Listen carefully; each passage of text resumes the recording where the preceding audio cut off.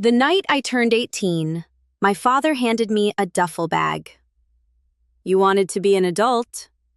Now be one. I looked down. Inside were my clothes, a toothbrush, and $83. My mother stood behind him with her arms crossed. We've done enough. It's time you figured life out. I looked around the living room I'd grown up in. Family photos covered every wall. None of them included me after I turned 12. They were all of my younger brother, Adam. His baseball trophies, his birthdays, his championships. It was as if I'd slowly disappeared. I picked up my bag.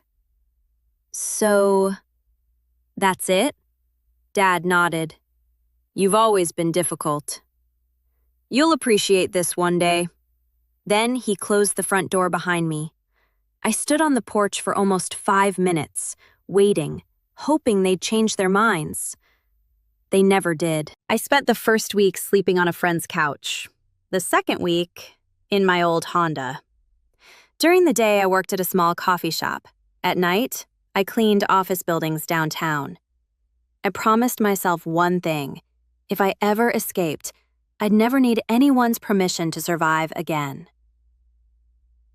Meanwhile, my parents focused everything on Adam. College, a new truck, his apartment, his business ideas. Whenever relatives asked about me, Mom always answered the same way. She wanted independence, so we gave it to her. No one knew the truth. I had never asked to leave. Over the next 7 years, I quietly rebuilt my life. Community college, night classes, business school. My coffee shop manager eventually became my mentor. He taught me how businesses actually worked: accounting, operations, real estate, leadership. At 26, I bought my first struggling cafe. 2 years later, I owned 4, then 6. Eventually, a regional coffee company offered to buy my entire business. Instead of selling, I negotiated a partnership.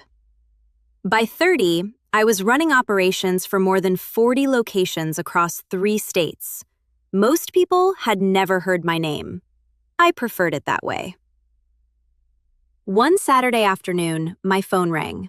The caller ID surprised me. Dad. 7 years. Not one birthday, not one holiday, not one phone call. Until today. I answered. Hello? Silence. Then, his voice sounded older. We need to talk. I waited. It's important. I almost laughed. Everything had been important, except me. What happened? He hesitated. It's your brother. An hour later, I met them at the hospital. Dad looked exhausted. Mom's eyes were swollen from crying. Adam sat quietly in a wheelchair. For the first time, he looked scared. Dad finally spoke. The business failed. We mortgaged the house. We borrowed against everything. Mom whispered, We thought Adam's restaurant would succeed. It didn't. My heart sank. They had invested everything. Again, just like always, except this time, there was nothing left. Dad looked at me. The bank starts foreclosure next month. Then came the sentence I never expected to hear. We were hoping you might be able to help us. 7 years ago, they had thrown me out with $83. Now, they were asking the daughter they abandoned to save the only home they had left. Part 2. Approximately 600 words. I looked around the hospital room. 7 years earlier, they had sent me away with $83. Now, they were asking me to save everything they had left. Dad couldn't even look me in the eyes. Mom quietly whispered, We know we don't deserve to ask. No, you don't. Neither of them argued. Adam finally spoke. This is my fault. I kept asking Dad for one more investment, one more loan. I thought I could fix it. His voice cracked. I only made everything worse. For the first time, I didn't hear arrogance. I heard regret. Dad pulled a folder from his bag. The bank gave us 30 days. If we don't pay, they'll take the house. I opened the paperwork. The numbers were ugly, very ugly. Years of refinancing, business loans, credit lines, everything tied to one property. They had gambled their future and lost. Mom looked at me.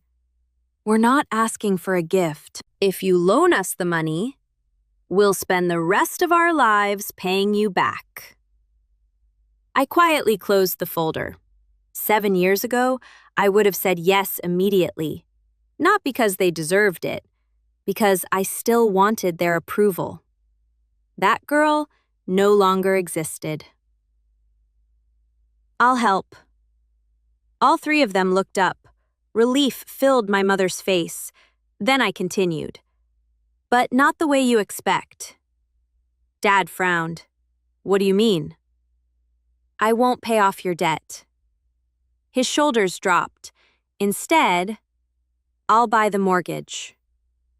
Silence. The bank manager, who had just entered the room, looked surprised. You can do that? I nodded. My company has purchased distressed commercial loans before. This isn't much different. The manager slowly smiled. Actually, that's possible. If both parties agree. 3 days later, we met at the bank. The mortgage officially transferred. Instead of owing the bank, my parents now owed me. Dad stared at the paperwork. You own the mortgage? Yes. And you could take the house whenever you want? I could. The room became very quiet. Dad finally looked at me. I understand now.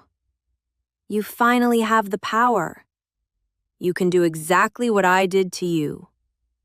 I looked at him for a long moment, then I quietly shook my head. No. His eyes filled with confusion. Why not? Because someone has to end this. I slid another document across the table. The attorney looked surprised. What's this? A new agreement, I answered. As long as Mom and Dad live here, they'll never pay rent. They'll never be forced out. When they're gone, the house will be sold. The money will create college scholarships for students whose families couldn't support them. Mom covered her mouth. Dad couldn't speak. Adam stared at me. You mean we don't inherit the house? I smiled gently. No. Neither do I. He looked confused. Why? Because this house divided our family for years. I don't want it dividing another generation. Tears rolled down my mother's face. We failed you. You did. We chose Adam every single time. You did. Dad slowly nodded. And when you needed us most, we threw you away. I looked out the bank window. I know. I'm sorry. Those were the words I had waited 7 years to hear. Not because they erased the past, nothing could, but because, for the first time, they stopped making excuses. 6 months later. My parents still lived in the same home, only now they invited me for Sunday dinner. Not because they needed money, because they wanted their daughter back. Adam sold what remained of his business and started working as a store manager for one of my coffee locations. He insisted on earning every promotion himself. I respected that. One afternoon, Dad walked through one of our cafes. He watched employees greeting customers. He looked around proudly. Then he quietly said, I spent years trying to build one successful business through your brother. I never noticed. My daughter had already built 40. I smiled. You were looking in the wrong direction. He laughed softly. I was. The night I turned 18. My parents believed they were throwing away a burden. 7 years later, they discovered they had pushed away the only person willing to save them. Sometimes, the greatest revenge isn't making people feel the pain they caused you. It's giving them the kindness they never gave you, and making them live with that truth every single day.